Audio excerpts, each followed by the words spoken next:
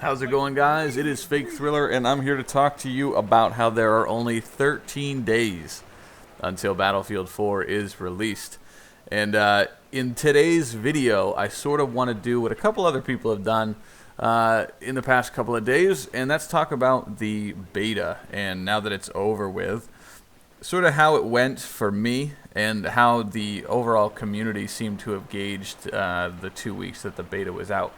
So the first thing I'd ask you guys to do while you watch this video is just make a comment down below telling me what level you got to, so we can get like a consensus as to how much people played. Because I feel like I put in a decent amount of time and I made it to level 5, which is halfway through like the 10 levels that they allowed you to get to. Now, the one thing that I sort of regret about what I did was I didn't put enough time into each respective kit, and most notably it was the recon class. I barely touched it. And even when I did touch it, it was just me goofing around and sniping. I didn't try to PTFO as a recon. So I kind of got a warped sense of, the whole idea of the Battlefield, because I was playing 3 out of the 4 classes the most. And I'm going to break down this conversation into a couple different categories. The first thing I think I do want to talk about is the kits overall. Me and Snoop did a video a few days back where we talked about overall kit balance and everything. And in the beta specifically, I did notice, let me clarify, me and Snoop talked about how it felt like they balanced out the kits for Battlefield 4 just based on the beta. Like from Battlefield 3, we were saying that the Engineer and the Assault kit are a little, heavy weighted as opposed to the Support and the Recon being what you would be able to do the most with on the Battlefield. And originally when we did that video, I was thinking that, yeah, they did a good job of balancing everything out because everyone can be useful now. But then what I sort of noticed was I found myself during the course of the beta, even though I was trying to force myself to play support, I ended up feeling useless if I wasn't an engineer. And I think that's because of, I think that must be because of the map and maybe the game modes. Obviously the game modes, because if there's vehicles, you need NGs to take them out. But there's, like, the choppers are everywhere, and there's always armor on the ground. So you literally feel neutered if you're playing even as an assault.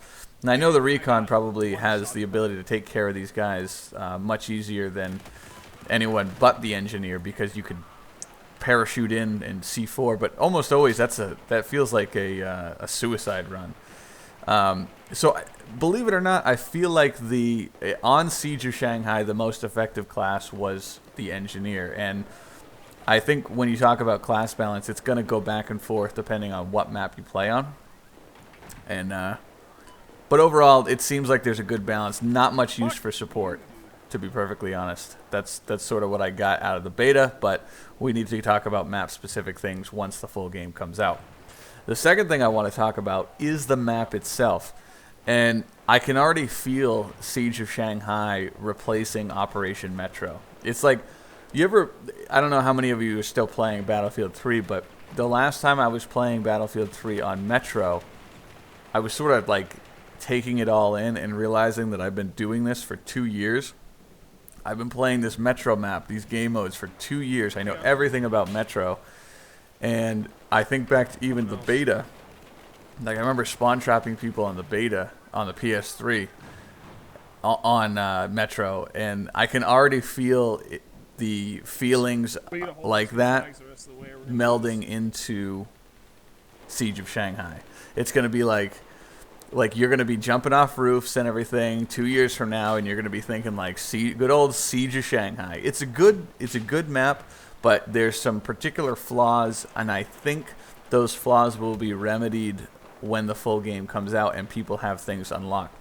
The first thing that I've noticed is the roof campers are kind of like what define, not just roof campers, but like the roof spawn creates this weird imbalance of being unable to predict where people are going to be coming from. When you can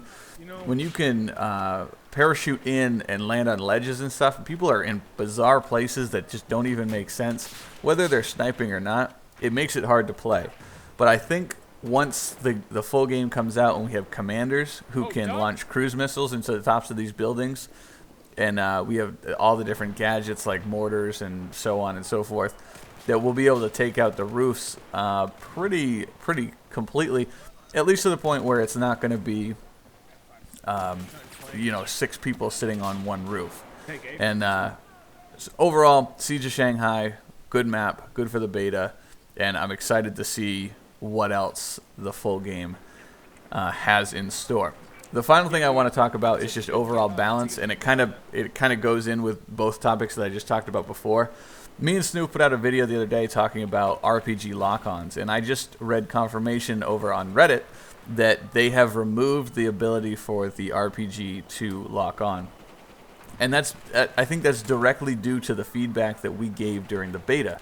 So that is like the big thumbs up in my book about this beta, is they put stuff out, they put a map out, they put a game mode out, we played it, we cried out that we didn't like this, and DICE listened, and it's being taken out of the full game. So that right there, regardless of all the other issues, performance issues with your PCs, balance issues, camping issues, player issues, all this stuff, the fact that they've taken an issue from our bitching and they're going to change it for the final game means that this beta was a success in my book. And that's pretty much all we can ask for from a beta. So overall, guys, let me know what you think or what you thought of the beta, what your experience was, and whether or not you think it was a waste of time. But that's all for me today. The beta for the Battlefield 4 gets 2 thumbs up. And by the way, there are only 13 days until Battlefield 4 is released in full. And we will see you in tomorrow's video.